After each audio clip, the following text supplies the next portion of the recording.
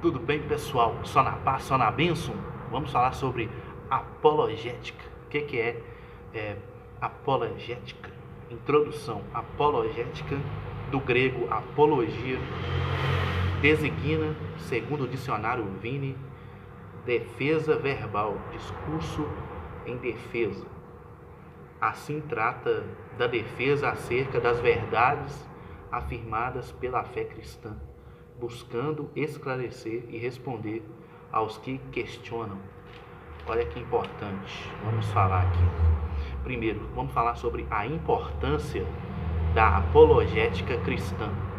A apologética tem como principal objetivo defender o cristianismo contra os ataques de adversários à essência e natureza de suas doutrinas, de suas fontes e de suas histórias.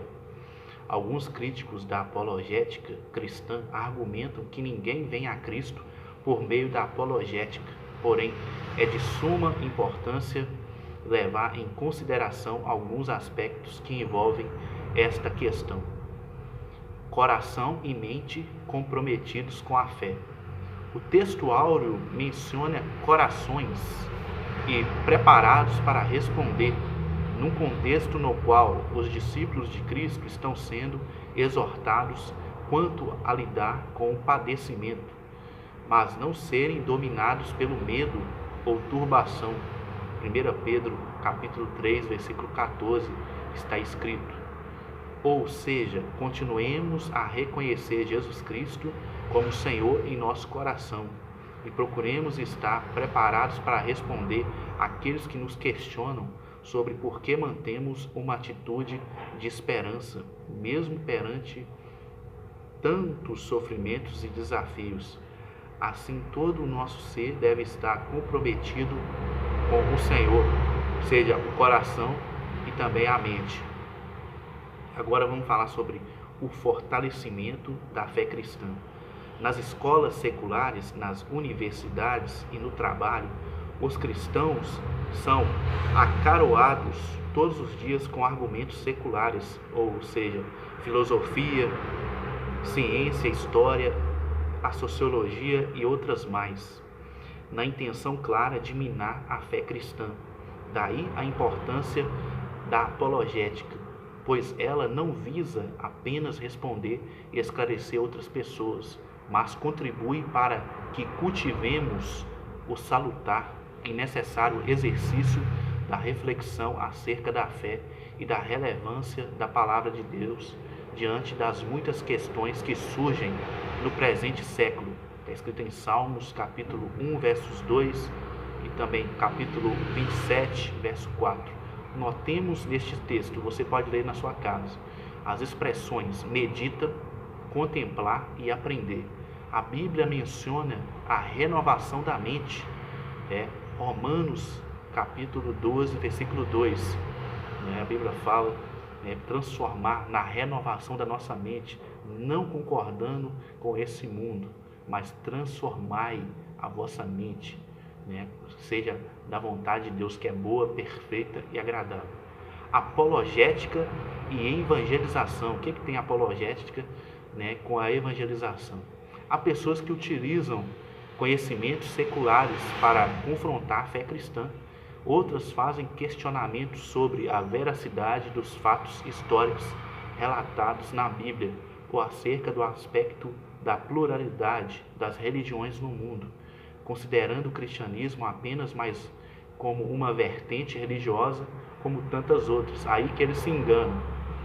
Nestes casos, será de grande utilidade a apologética cristã, com suas informações seguras e consistentes, visando preparar a pessoa para apresentar-lhe o plano divino de salvação.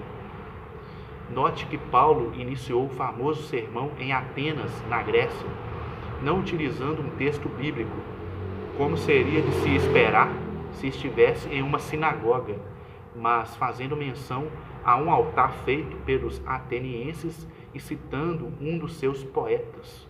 Ou seja, os atenienses estavam ali prestando adoração a imagens, a ídolos pagãos. Então o Senhor levantou o apóstolo Paulo para disseminar não para aceitar a mentira, mas para denunciar o pecado daquele povo. O uso da apologética na refutação também acontece. Encontramos na palavra de Deus exemplos de verdades que são reveladas e ensinadas, mas também refutação de crenças e práticas contrárias à revelação divina. O uso da apologética cristã na refutação também é encontrado no testemunho da história da igreja. Como refutar os falsos mestres? Vamos descobrir. O apóstolo Paulo escreveu a Tito, destaca o aspecto de pôr em prática ou em boa e ordem a igreja local em Creta, ou Creta, Tito capítulo 1, versículo 5 até o 11. Então ele fala sobre a boa ordem na igreja. Para tanto, uma das ações seria nomear presbíteros, relacionando as qualidades necessárias deles, entre as quais que seja poderoso, tanto para admoestar com a sã doutrina, como para convencer os contradizentes, ou seja, deveria manter-se na sã doutrina, mas também mostrar o erro daqueles que se opunham do ensino bíblico. A expressão convencer no grego significa rebater, refutar. A mesma expressão é encontrada em Atos capítulo 18, versículo 28, se referindo a Apolo, que refutava os judeus coríntios, provando pelo Antigo Testamento que Jesus era o Cristo. A refutação e os últimos dias. A palavra de Deus revela que os últimos dias da igreja na terra seriam caracterizados também pelo surgimento de falsos profetas. Lê lá em Mateus 24, versículo 11, você vai ver que é verdade aquilo que eu estou falando aqui e lendo com vocês.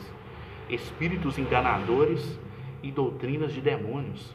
Está em 1 Timóteo, capítulo 4, versículo 1. Falsos doutores e heresias.